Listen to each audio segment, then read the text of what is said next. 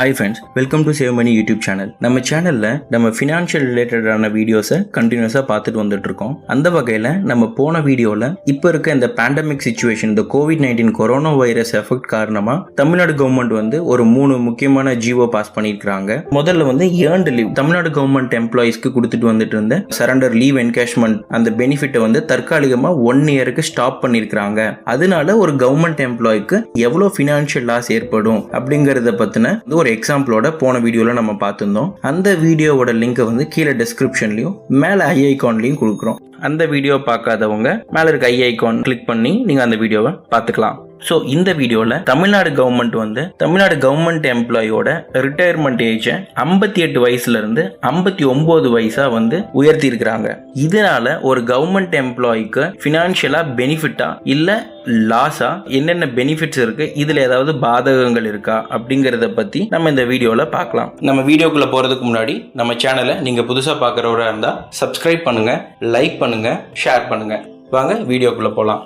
இப்ப கவர்மெண்ட் இந்த மாதிரி ஒரு டெசிஷன் எடுக்கிறதுக்கு என்ன ரீசன் அப்படின்னு பார்த்தோம்னா, இப்ப இந்த COVID-19 கொரோனா வைரஸ் எஃபெக்ட் காரணமா கிட்டத்தட்ட கடந்த 2 மாதங்களா கவர்மெண்ட் எந்த விதமான பினான்சியல் ஆக்டிவிட்டிஸும் இல்லாம அப்படியே முடங்கி போயிருக்கு. அரசாங்கத்துக்கு வெறும் செலவினங்கள் மட்டும்தான் ஏற்பட்டு இருக்கே தவிர எந்த விதமான வரவினங்களும் அரசாங்கத்துக்கு கிடையாது. தன் கையிருப்பா வச்சிருந்த தொகைகளையும் கூட இந்த COVID-19 நிவாரணங்களுக்காகவும் நோய் தொற்றை அழிக்கிறதுக்காகவுமே பெருமளவு நிதியை செலவிட்ட நிலையில ஆல்ரெடி செயல்படுத்திட்டு வந்துட்டு இருக்கக்கூடிய நலத்திட்டங்களை செயல்படுத்துறதுக்கும் அரசாங்கத்துக்கு பணம் தேவைப்படும். இப்ப வேலை பார்த்துட்டு இருக்க அரசாங்க ஊழியர்களுக்கு சம்பளம் கொடுக்கறதுக்கும் பென்ஷன்தாரர்களுக்கு பென்ஷன் கொடுக்கறதுக்குமே அரசாங்கத்துக்கு நிதி ஆதாரம் தேவை. ஸோ இந்த நிலையில அடுத்தடுத்து ஒரு பெரிய எண்ணிக்கையில அரசு பணியாளர்கள் பணி ஓய்வு பெறாங்க அப்படின்னா அவங்களுக்கு உடனுக்குடன் ரிட்டையர்மெண்ட் பெனிஃபிட் கொடுக்கறதுக்கு போதிய ஒரு நிதி ஆதாரம் கையில் இல்லாத நிலையில அவங்களுக்கு கொடுக்கக்கூடிய பெனிஃபிட்ஸை கொடுக்க முடியாத சூழல் ஏற்பொழுது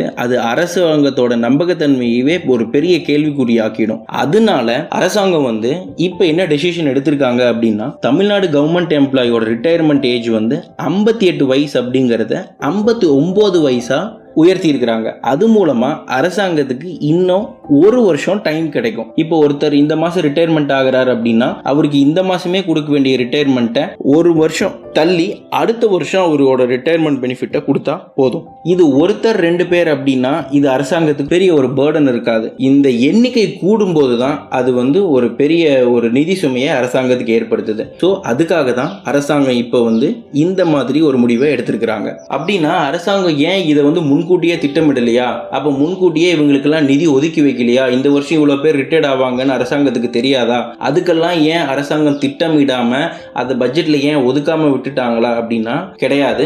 அரசாங்கம் ஆல்ரெடி இந்த நிதியாண்டுல எவ்வளவு பேர் ரிட்டையர்ட் ஆக போறாங்க அப்படிங்கறது எல்லாமே எஸ்டிமேட் பண்ணி அவங்களுக்கு எவ்வளவு ரிட்டையர்மெண்ட் பெனிஃபிட்ஸ் வரும் அப்படிங்கறதையும் கால்குலேட் பண்ணி அதுக்கு எல்லாமே ப்ரொவிஷன்ஸ் வச்சிருந்தாங்க. ஆனா இந்த மாதிரி ஒரு அசாதாரண சூழல் ஏற்படும் பொழுது அதுக்காக ஒதுக்கீடு பண்ணி வச்சிருந்த தொகையும் இந்த அவசர காலத்துல செலவழிக்க வேண்டிய சூழலுக்கு அரசாங்கம் தள்ளப்பட்டதால அரசாங்கம் இப்படி ஒரு டெசிஷனை எடுத்திருக்காங்க.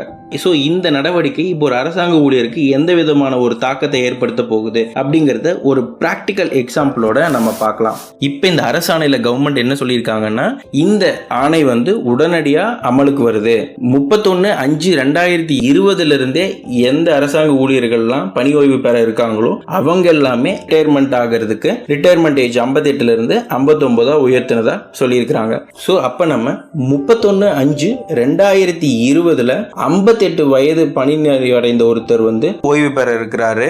அப்ப அவருக்கு எவ்வளவு பென்ஷன் கிடைக்கும், எவ்வளவு மற்ற பெனிஃபிட்ஸ் கிடைக்கும்ங்கிறத பார்க்கலாம். இதுவே இப்ப இந்த ஆர்டர் வந்தங்காட்டி அவர் 31/5/2020 ரிட்டையர்ட் ஆகாம 31/5/2021 ஒரு வருடம் கழிச்சு அவர் ரிட்டையர்ட் ஆகிறாருன்னா அவருக்கு என்ன மானிட்டரி பெனிஃபிட் கிடைக்குது, அதனால அவருக்கு எவ்வளவு லாபம் கிடைக்குது அப்படிங்கிற விஷயங்களை ஒரு பிராக்டிக்கல் எக்ஸாம்பிளோட கம்ப்ளீட்டா நம்ம பார்க்கலாம். ஸோ இப்போ உதாரணத்துக்கு ஒருத்தரோட டேட் ஆஃப் பர்த் 18/5/1962 அப்படின்னு எடுத்துப்போம். அவர் கவர்மெண்ட் சர்வீஸ்க்கு 1/4/1991 கவர்மெண்ட் சர்வீஸ்ல என்ட்ரி ஆனதை எடுத்துக்கலாம். அவரோட ரிட்டையர்மெண்ட் வயசு 31/5/2020. அட் பிரசன்ட்ல அவர் என்ன பதவியில் இருக்காரு அப்படின்னா அவர் சூப்பர்டென்ட் பதவியில் இருக்கிறதா எடுத்துக்கலாம். அவர் இப்போ 1/5/2020 படி கடைசியா வாங்கிட்டு இருக்கக்கூடிய சம்பளம் 60,900 எடுத்துக்கலாம். அவரோட டேட் டேட் ஆஃப் இன்கிரிமெண்ட் வந்து 1 ஜூலை, ஒவ்வொரு வருஷமும் 1 ஜூலைல இருக்கு. ஸோ அப்போ அவர் வந்து இந்த 31/5/2020 58 வயசு வந்து ரிட்டையர்ட் ஆகும்போது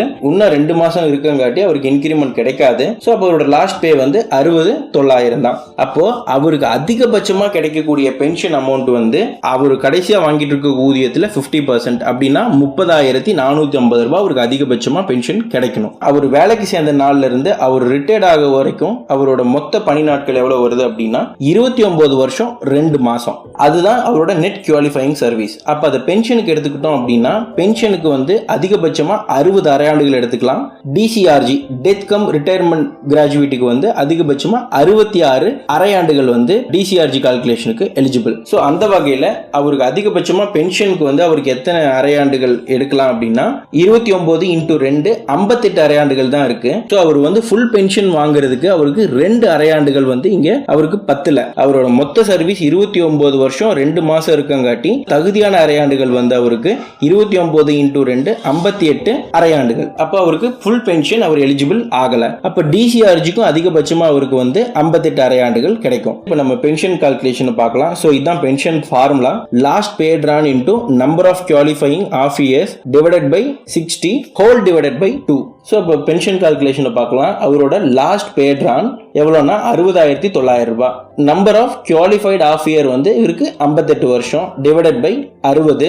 ஸோ இதை பெருக்கணும்னா 60,900 × 58 35,32,200 டிவைடட் பை 60 போட்டோம்னா 58,870 ரூபாய். அது டிவைடட் பை 2 போட்டோம்னா அவருக்கு அதிகபட்சமாக கிடைக்கக்கூடிய பென்ஷன் தொகை வந்து 29,435 ரூபாய் வந்து அவருக்கு கிடைக்கும். இப்ப அதுவே வந்து இப்ப அவருக்கு அதிகபட்சமா கிடைக்கக்கூடிய பென்ஷன் அமௌண்ட் 30,450 விடவே குறைவானதுதான். இந்த அரசாணை வந்ததுக்கு அப்புறமா இவர் அடுத்த வருஷம் ரிட்டையர்ட் ஆக போறாரு அப்படின்னா அவருக்கு என்னென்ன பெனிஃபிட்ஸ் கிடைக்குங்கிறத நம்ம இங்க பார்த்துடலாம். போன ஸ்லைட்ல நம்ம பார்த்திருந்தோம் அவரோட இன்கிரிமெண்ட் டேட் 1 ஜூலைன்னு சொல்லிட்டு பணி நீட்டிப்பு கிடைச்சங்காட்டி, அதாவது 1 ஜூலை 2020ல அவர் ஒரு இன்கிரிமெண்ட் வாங்க போறாரு. இப்ப அவர் வாங்கிட்டு இருக்க சம்பளமான 60,900க்கு அடுத்த செல் பாத்தீங்கன்னா 62,700 ரூபாய் அவருக்கு கிடைக்கும். ஸோ இப்போ இதன்படி பார்க்க போனா அவருக்கு இப்போ நெட் குவாலிஃபைங் சர்வீஸ் வந்து 59 வயசு ரிட்டையர்மெண்ட்னு சொன்னங்காட்டி இப்போ அவருக்கு நெக்ஸ்ட் 1 இயர் வந்து அவருக்கு சர்வீஸ் கூடுது.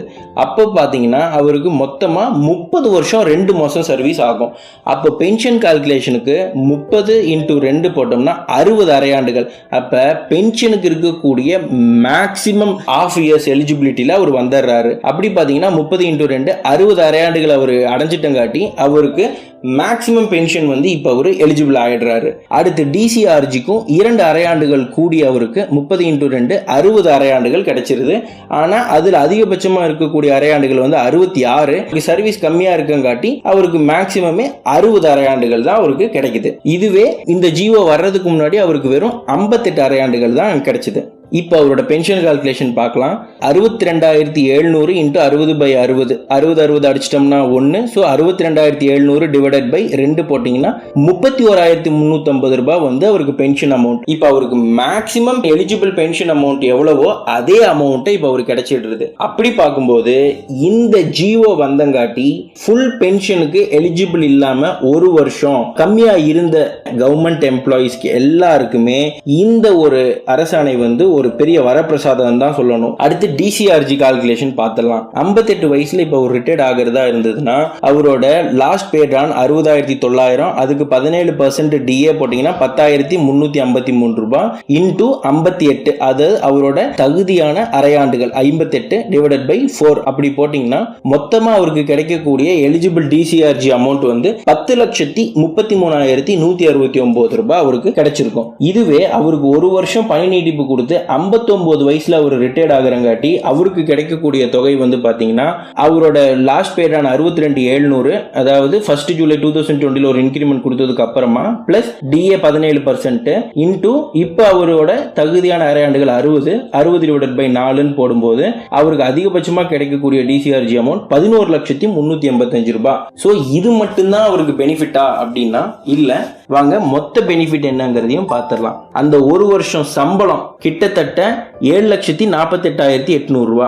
அடுத்து பென்ஷன் வந்து இப்போ 31/5 ரிட்டையர்ட் ஆயிருந்தாருன்னா அவருக்கு 29,435 ரூபாய் தான் கிடைச்சிருக்கும். ஆனா இப்போ ஒரு வருஷம் தள்ளி அவர் ரிட்டையர்ட் ஆகிறங்காட்டி அவருக்கு அதிகபட்சமா கிடைக்கக்கூடிய பென்ஷனும் அவருக்கு கிடைச்சிருது. அதாவது 31,350 ரூபாய். அந்த டிஃபரன்ஸ் அமௌண்ட் 1,915 ரூபாய். ஸோ இது ஒரு மாசத்துக்கு மட்டும் இல்ல, அவரோட ஹோல் லைஃபுக்கு இந்த அமௌண்ட் அவருக்கு கிடைக்க போகுது. அடுத்து டிசிஆர்ஜி வந்து அவருக்கு எவ்வளவு கிடைக்குது அப்படின்னா கிட்டத்தட்ட ஒரு 67,216 ரூபாய் அவருக்கு வித்தியாசம் கிடைக்குது. இது மட்டும் இல்ல, அவர் வந்து ஒருவேளை அவரோட மொத்த பென்ஷன்ல கம்யூட்டேஷன் பண்ண நினைக்கிறாரு அப்படின்னா அந்த கம்யூட்டேஷன் வேல்யூவும் அவருக்கு கிடைக்கும். ரிட்டையர்மெண்ட் ஏஜ் 58 வயசுல இருந்து 59 வயசா உயர்த்தி இருக்கிறது வந்து ஆஸ் எ இண்டிவிஜுவலா ஒரு அரசாங்க ஊழியருக்கு வந்து பெரிய பெனிஃபிட் தான். அவங்க 58 வயசுல ரிட்டையர்ட் ஆகிறதுக்கு பதிலா இன்னும் ஒரு வருடங்கள் வந்து அவங்க வேலைக்கு வரக்கூடிய வாய்ப்பு அவங்களுக்கு கிடைக்குது. அந்த ஒரு வருடத்திற்கு வந்து அவங்களுக்கு சம்பளமும் கிடைக்குது. அது மட்டும் இல்லாம அவங்களோட பென்ஷன் அமௌண்ட்டும் பெரியவே வித்தியாசப்படுது. ஆல்ரெடி 33 வருஷம் 34 வருஷம் சர்வீஸ் முடிச்ச அரசாங்க ஊழியர்களுக்கு அவங்களோட பென்ஷன் தொகையிலையோ டிசிஆர்ஜி தொகையிலையோ பெரிய அளவுல வித்தியாசமோ பெரிய அளவுல மானிட்டரி பெனிஃபிட்டோ எதுவும் கிடைக்க போறதில்லை. ஆனா அவங்களுக்கு அடுத்த ஒரு வருடத்திற்கான சம்பளம் அவங்களுக்கு கிடைக்க போகுது. அது அவங்க பென்ஷன் வந்து வேலைக்கு வராம இருந்தாங்கன்னா 50% பென்ஷனா வாங்குறதுக்கு பதிலா இப்ப வேலைக்கு வந்து 100% சம்பளமா வாங்கிட்டு இருக்க போறாங்க. அடுத்த ஒரு வருஷம் கழிச்சு அதை பென்ஷன் பெனிஃபிட்டா வாங்க போறாங்க. ஸோ இதனால மேக்சிமம் கவர்மெண்ட் எம்ப்ளாயிஸுக்கு பெரிய அளவுல பாதிப்பு எதுவுமே கிடையாது. அவங்களுக்கு மானிட்டரி பெனிஃபிட் தான் இந்த ரிட்டையர்மெண்ட் ஏஜை இன்க்ரீஸ் பண்ணதுல. அடுத்து இதை விட இன்னும் ஒரு சில கவர்மெண்ட் எம்ப்ளாயிஸுக்கு இன்னும் கொஞ்சம் நல்லா பிரீத் பண்ணக்கூடிய வகையில் அவங்களுக்கு கிடைச்ச ஒரு வாய்ப்பு என்ன அப்படின்னா, இந்த சிபிஎஸ்ல இருக்கக்கூடிய கவர்மெண்ட் எம்ப்ளாயிஸ் ரொம்ப லேட் ஏஜ்டா கவர்மெண்ட் சர்வீஸ்ல என்டர் ஆனவங்க வந்து அவங்களுக்கு எல்லாமே இப்ப இந்த அனௌன்ஸ்மெண்ட் ஒரு பெரிய வரப்பிரசாதம் தான் சொல்லணும். என்ன அப்படின்னா, இந்த வருஷத்துல ரிட்டையர்மெண்ட்ல இருந்தவங்க எல்லாருமே இப்போ நம்ம ரிட்டையர்ட் ஆகிட போறோம், இதுக்கு அடுத்து மாசம் நம்ம சம்பளத்துக்கு என்ன பண்ண போறோம், அடுத்து எங்க போய் வேலை தொழிலா வருது, நம்ம குடும்பத்தை எப்படி நடத்துறதுன்ட்டு ஃபீல் பண்ணிட்டு இருந்தவங்களுக்கு எல்லாத்துக்குமே இப்ப டெம்பரரி ரிலீஸா அடுத்த ஒரு 1 இயர் அவங்களுக்கு கிடைக்குது. இதன் மூலமா அவங்களுக்கு என்ன பெனிஃபிட் அப்படின்னா, அடுத்த ஒரு வருஷத்துக்கு இப்ப சிபிஎஸ்ல இருக்கக்கூடிய அரசாங்க ஊழியர்களுக்கு சம்பளம் கிடைக்கும். அடுத்து அந்த ஒரு வருஷத்துல அவங்களுக்கு பிடிக்கக்கூடிய சிபிஎஸ் தொகைக்கு ப்ரொபோர்ஷனட்டா கவர்மெண்ட்டும் கொடுக்க போகுது. அப்படி பார்க்கும்போது ஏவரேஜா ஒரு பேசிக் பே வந்து 30,000 ரூபாய் வாங்கிட்டு இருக்கக்கூடிய ஒரு அரசு ஊழியர் அப்படின்னா அவருக்கு டிஏ தொகையும் சேர்த்து அதிகபட்சமா ஒரு மாசத்துக்கு ஒரு 4,000 ரூபாய் இவரோட கான்ட்ரிபியூஷன் தொகை பிளஸ் அரசாங்கத்தோட ஒரு கான்ட்ரிபியூஷன் தொகை 8,000 மினிமம் 8,000 எடுத்துக்கிட்டா கூட அடுத்த 12 மாதங்களுக்கு 8,000 இன்டூ 12 போட்டீங்கன்னா ஒரு 96,000 ரூபாய் அவரோட ரிட்டையர்மெண்ட் பெனிஃபிட்ல வட்டி தொகையும் சேர்த்து அவருக்கு கிடைக்கும் போது, ரெண்டாவது அடுத்த ஒரு வருடங்களுக்கு அவருக்கு சம்பளம் கிடைக்கிறதும் அவங்களுக்கு ரொம்பவே வந்து ஒரு மகிழ்ச்சியான விஷயமா இருக்கு. ஸோ இந்த நடவடிக்கை வந்து அரசாங்கத்துக்கு மேலும் நிதி சுமையும் நிதி செலவினத்தையும் தான் ஏற்படுத்துதுங்கிறதுல எந்த விதமான சந்தேகமும் கிடையாது. ஆனா இப்ப இருக்க சூழலை சமாளிக்கிறதுக்கு அரசாங்கத்துக்கு இப்ப போதுமான நிதி நிலைமை கைவசம் இல்லாதங்காட்டி தான் அரசாங்கம் இப்படி ஒரு முடிவை எடுத்திருக்காங்க. ஸோ இதுக்கு மேற்கொண்டு அரசாங்கம் இப்பவே ஒரு அனௌன்ஸ்மெண்ட்டும் கொடுத்திருக்காங்க. இந்த மாதிரி இந்த கோவிட்-19 ஏற்பட்டிருக்கக்கூடிய இந்த பொருளாதார இழப்பை வந்து மீட் எடுக்கிறதுக்காக நாங்க ஒரு டெக்னிக்கல் கமிட்டி போட போறோம். அந்த கமிட்டியோட ரிப்போர்ட்ஸ் படி எக்கனாமிக் ஆக்டிவிட்டிஸை பூஸ்ட் பண்றதுக்கு நாங்க பெரிய நடவடிக்கை எடுக்க போறோம். எங்களோட அடுத்த நடவடிக்கை இந்த எக்கனாமிக் ஆக்டிவிட்டிஸை ரிவைவ் பண்ணி மாநிலத்தோட பொருளாதாரத்தை வந்து மீட் எடுக்கிறது தான் அப்படின்னு சொல்லியிருக்காங்க. ஸோ அந்த வகையில் நம்மளோட பொருளாதாரமும் ஃபண்டமெண்டலாவே ஸ்ட்ராங்கா தான் இருக்கு. விரைவில் நம்ம மீண்டு வருவோம் அப்படின்னு நம்பலாம். அடுத்து இந்த 58 59 உயர்த்தப்பட்ட ஊதிய உயர்வு இப்படியே தொடருமா, அதை பத்தி இந்த ஜிஓல எதுவுமே ஸ்பெசிபிக்கா அவங்க குறிப்பிடல. இது வந்து இனிமேல் கண்டினியூஸா நாங்க கொடுக்க போறோமா இல்ல ஒரு வருடமா 2 வருடமா அப்படிங்கிற ஸ்பெசிபிக் எதுவுமே இல்ல. இந்த ஆர்டர் படி என்ன சொல்லியிருக்காங்க அப்படின்னா 58 இருந்த ரிட்டையர்மெண்ட் ஏஜ 59 உயர்த்தி இருக்கோம் அப்படிங்கறத மட்டும்தான் சொல்லியிருக்காங்க. இது எத்தனை வருடங்களுக்கு இருக்கும் இல்ல இதுவே இனி கண்டினியூஸா இருக்குமா அப்படிங்கிறது அடுத்தடுத்து வரக்கூடிய இந்த பொருளாதார மீட்பு நடவடிக்கைகள் இருந்து தான் நம்மளுக்கு வந்து அதுல இருந்து ஒரு க்ளூ கிடைக்கும். ஸோ இப்போ உங்க எல்லாருக்கும் ஒரு ஐடியா கிடைச்சிருக்கும்னு நினைக்கிறேன். தேங்க்யூ ஃபார் வாட்சிங் திஸ் வீடியோ. இந்த வீடியோ உங்களுக்கு பிடிச்சிருக்கும்னு நினைக்கிறோம். ஸோ இந்த வீடியோ உங்களுக்கு பிடிச்சிருந்ததுன்னா லைக் பண்ணுங்க, உங்க ஃப்ரெண்ட்ஸ் கிட்ட ஷேர் பண்ணுங்க, மறக்காம சப்ஸ்கிரைப் பண்ணுங்க. தேங்க்யூ.